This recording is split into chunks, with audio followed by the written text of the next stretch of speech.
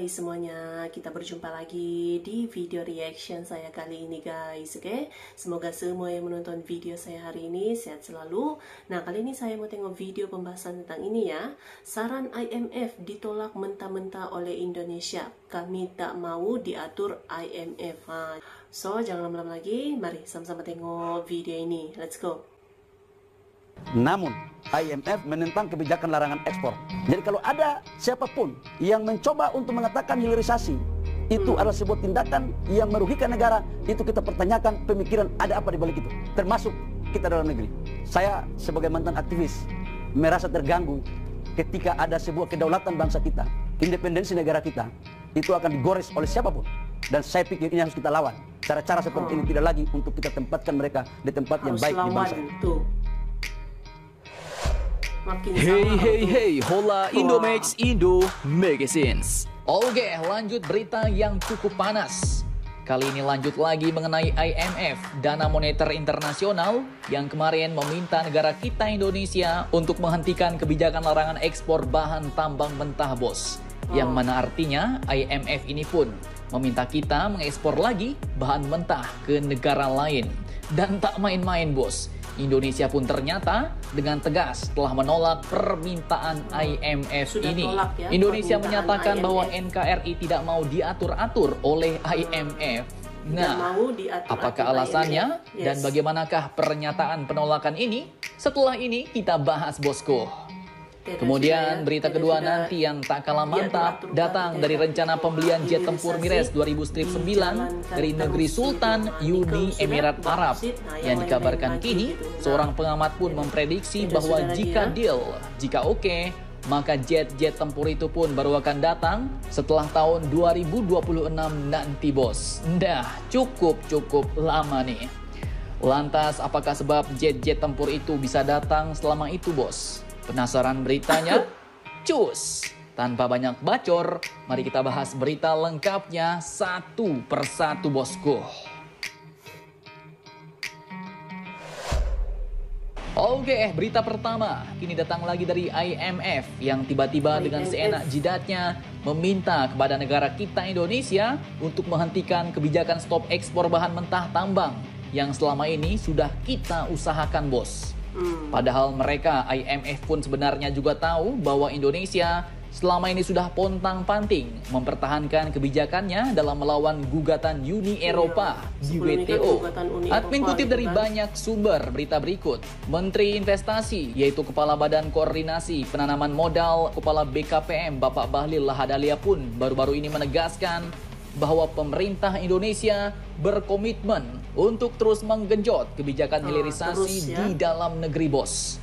Sekalipun program tersebut mendapat pertentangan dari Dana Moneter Internasional alias IMF. Bapak Bahlil mengatakan bahwa Indonesia saat ini mempunyai tujuan untuk bisa menjadi negara maju. Sementara kunci untuk menjadi negara maju salah satunya adalah melalui industrialisasi, adalah melalui program hilirisasi ini, bos. Beliau katakan bahwa kita ini punya tujuan menjadi sebuah negara berkembang yang menjadi negara maju. Bukan hanya dari pendapatan per kapita, itu hanya satu syarat, bos. Tapi syarat lainnya adalah industrialisasi, ujar beliau saat konferensi pers 30 Juni 2023 kemarin, bos. Nah, satu lagi perlawanan yang cukup sangar.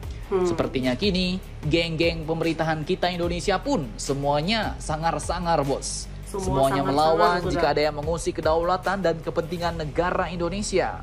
Mulai dari Menteri Pertahanan, Menko Marves, Menko Polhukam, Kepala BKPM, Menteri PUPR, Menteri Keuangan, Menteri Luar Negeri, Menteri Ekonomi dan lain-lain, semuanya sangar-sangar dan aktif-aktif. Nah, balik lagi ke pembahasan, bos. Lantas pertanyaannya, apakah dasar alasan yang disebutkan Bapak Bahlil bagi Indonesia untuk menolak saran dan permintaan amsyong dari IMF ini? Lanjutkan lagi videonya sampai habis, bosku. Oke, pada awalnya IMF pun berpendapat bahwa kebijakan larangan ekspor biji nikel ini bisa menimbulkan kerugian bagi penerimaan bangsa Indonesia dan berdampak negatif bagi negara lain, bos. Namun Bapak Bahlil pun ternyata membantah hal ini. dan menyebut bahwa penilaian IMF itu justru keliru, salah IMF besar, bos. keliru, tuh. Ia mengungkapkan bahwa dulu sebelum kebijakan larangan ekspor diberlakukan, nilai ekspor biji nikel Indonesia pada periode tahun 2017 hingga 2018 pun hanya sebesar 2,3 miliar US dollar. Namun begitu Indonesia mulai menjalankan program hilirisasi nikel, nilai ekspor produknya pun bisa mencapai 10 kali lipat atau sekitar 30 miliar US dollar sampai akhir tahun 2022 kemarin, bos. Sungguh-sungguh gebrakan dan peningkatan yang sangat-sangat tajam.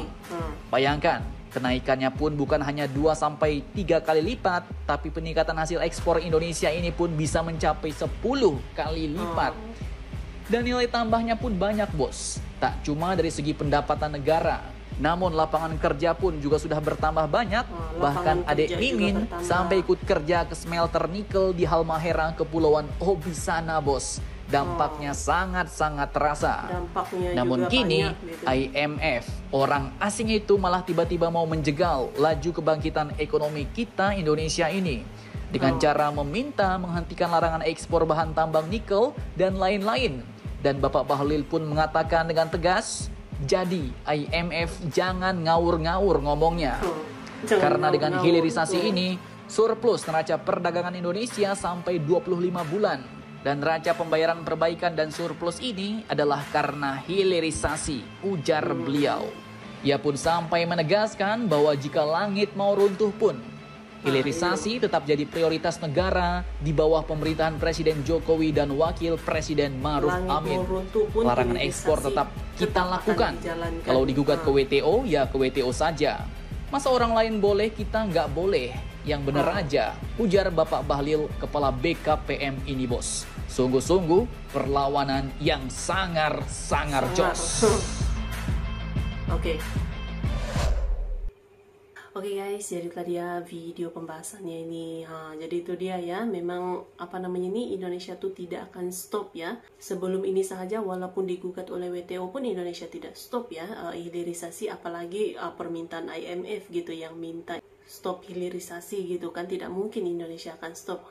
Sangar, perlawanan yang sangar ini. Terbaik. So, terima kasih banyak sebab kamu sudah menonton video ini. Jangan lupa macam biasa untuk support channel saya dengan subscribe, like video ini, dan jangan lupa untuk komen juga, oke?